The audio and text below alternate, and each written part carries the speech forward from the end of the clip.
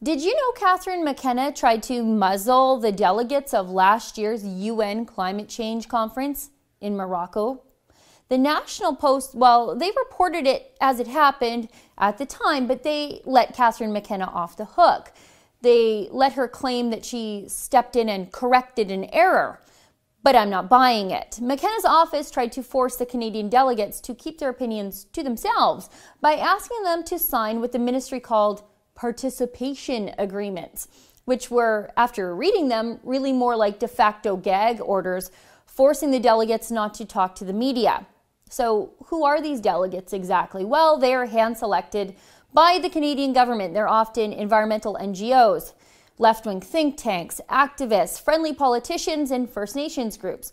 Basically, anyone that will push the Liberal government's agenda in front of the UN. Imagine trained SEALs. And at last year's UN climate change meeting in Marrakesh, Morocco, Canada sent 225 people, all hand-selected by the Environment Ministry, and you paid for it all, no strings attached.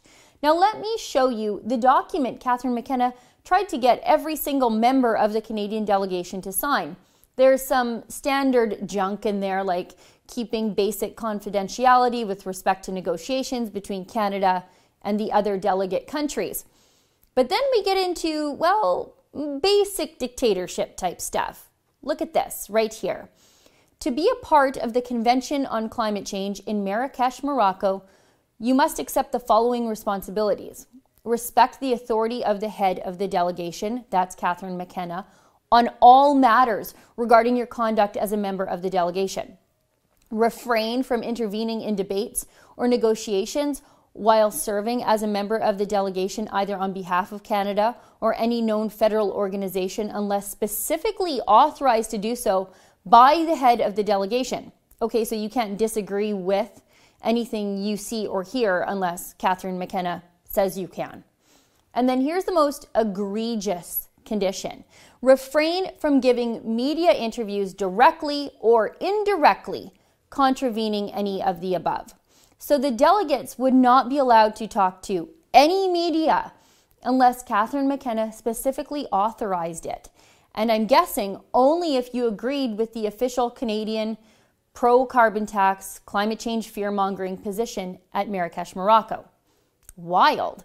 But even weirder, none of the Canadian delegation of climate cultists sounded the alarm bells that the Liberals, who so often railed against Stephen Harper for allegedly muzzling climate scientists, were actually trying to muzzle their own delegation. By the way, I'm still waiting to hear from these apparently unmuzzled climate scientists these days. But you know who ultimately did speak up and speak out?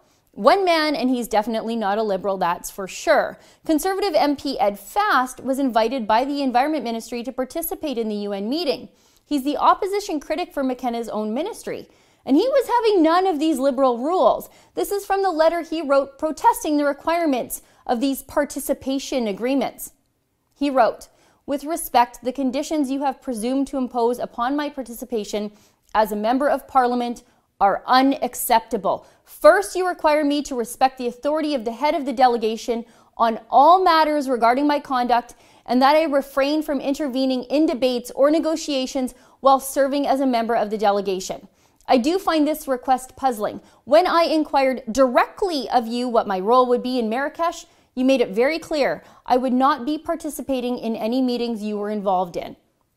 Canadians selected me to promote Canada's national interests wherever and whenever I have the opportunity to do so. COP22 would be no different, and limiting my ability to engage in respectful debate is out of the question. The authority and mandate I will respect is the one the residents of my community and my party have given me."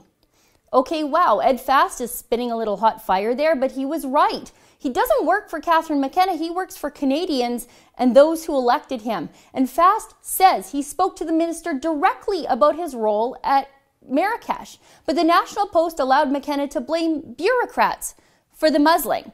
But Fast wasn't done yet. Then he wrote, "Secondly, you have also asked that I refrain from giving media interviews inconsistent with the terms of the agreement.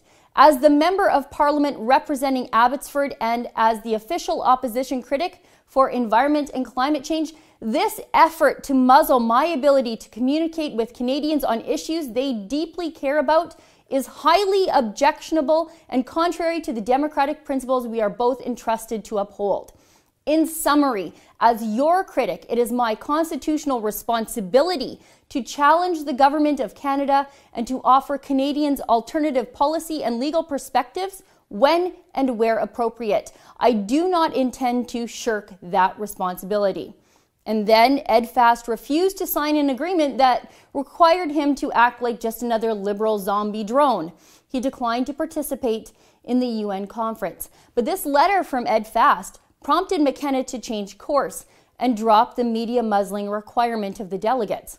Now, you just know if Stephen Harper had tried to impose this level of shut-uppery on these hippies, carbon tax aficionados, and his very own opposition, it would be all over the news. He'd be literally Hitler. Instead, we only saw the evidence of McKenna's sneaky little plot just now, nearly a year later, through an access to information filing.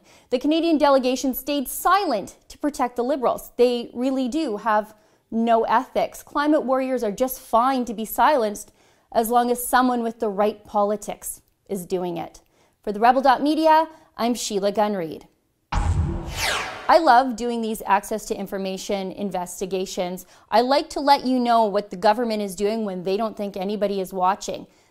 But these investigations can be expensive. To help cover the cost of our filings for these documents, go to whatissshehiding.com.